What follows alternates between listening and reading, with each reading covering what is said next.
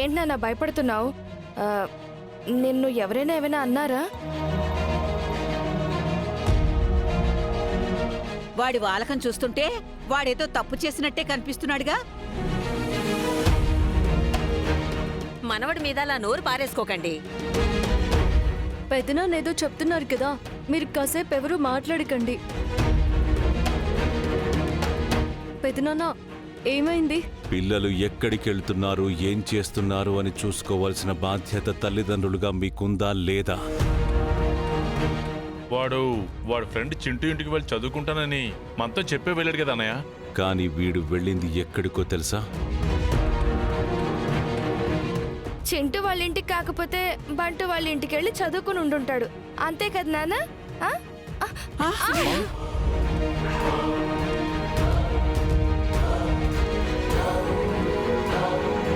ఎక్కడికి వెళ్ళావరా? మన పద్ధతులకి కట్టుబాట్లకి వ్యతిరేకంగా ఆ అనగాదేవి పెట్టిన వెస్టర్న్ డాన్స్ స్కూల్కి.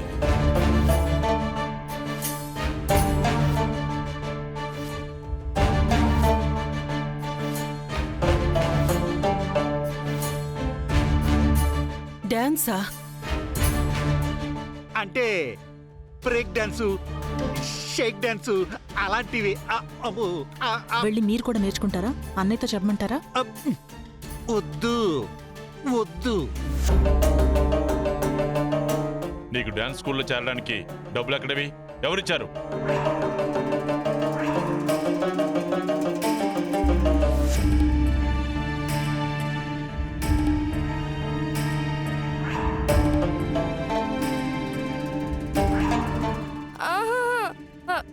నేను ఇవ్వలేదండి.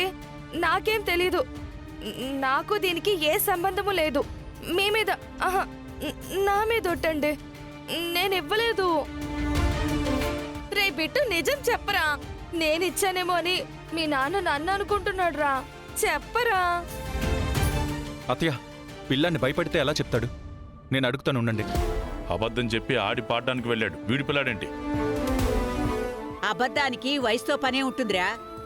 సమయానికి తగ్గట్టు చెప్తాడు.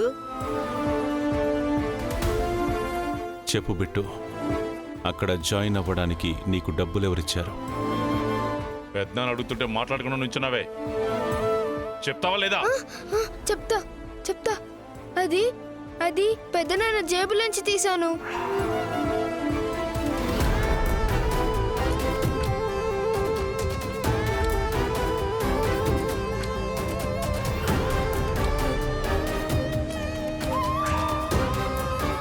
అయ్యయ్యో, ఆయన వేలి ముద్రలు వేయించినందుకే ఈ ఇంట్లో నా బతికిలా అయిపోయింది. ఇప్పుడు వీడు కూడా నాతో పాటు తోడుగా తయారవుతాడా? ఇంటి పని వంట పని చేసుకోవాలా చదవడం మానేసి? అయ్యో,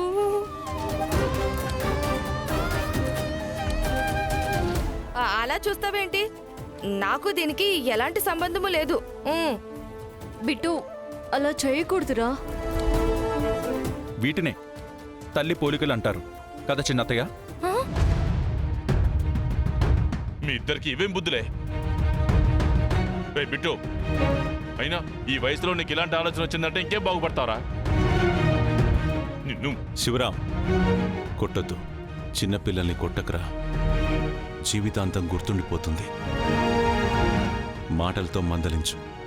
లేదన్నయ్య, వీడిని ఇలాగే వదిలేస్తే మనూరి కట్టుబాట్లన్నీ వీడితోనే సమాధి కట్టించేస్తుంది అనగాదేవి. వీడికి బుద్ధి రావాలంటే ఒంటి మీద దెబ్బ పడాల్సిందే. పెదనాన్న సారీ పెదనాన్న.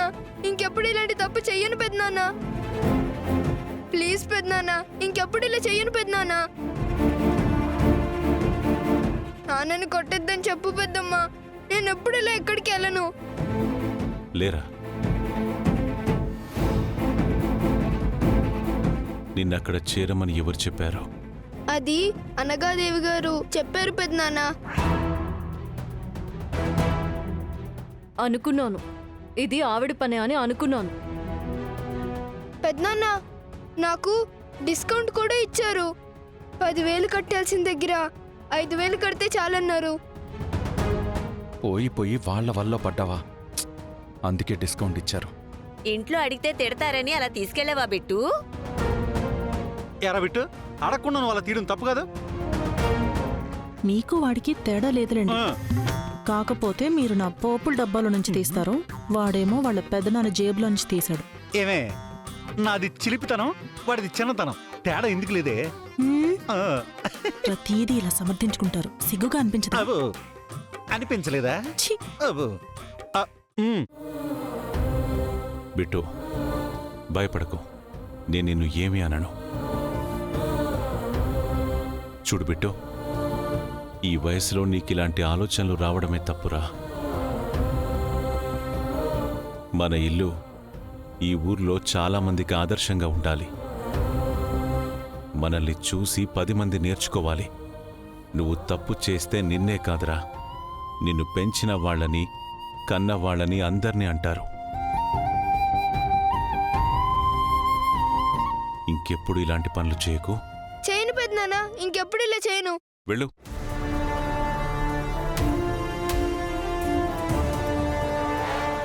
అనగాదేవి రోజుకో కొత్త దారిలో ఈ ఊరు పిల్లల్ని పెడదవ పట్టించాలని చూస్తుంది.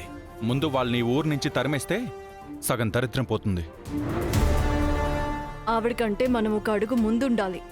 ఆవిడ చేసే ప్రతి ప్లాన్ని తిప్పికొట్టాలి. ఇంకొకసారి మన కుటుంబం గురించి కానీ ఈ ఊరి గురించి కానీ ఆలోచించాలంటే భయపడాలి.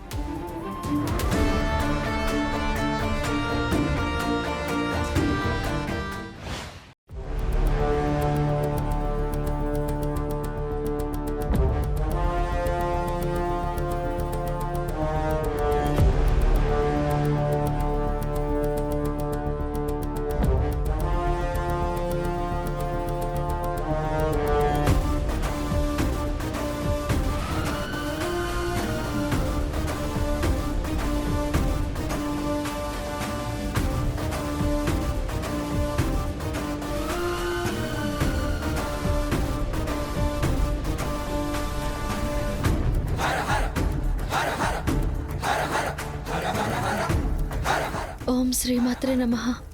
ఓం శ్రీమాత్రే నమః. ఓం శ్రీమాత్రే నమః. ఓం శ్రీమాత్రే నమః. ఓం శ్రీమాత్రే నమః.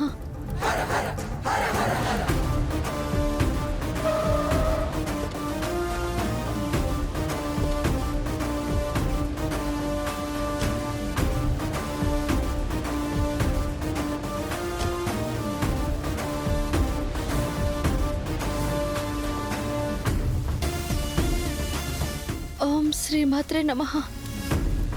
ఓం శ్రీమాత్రే నమః.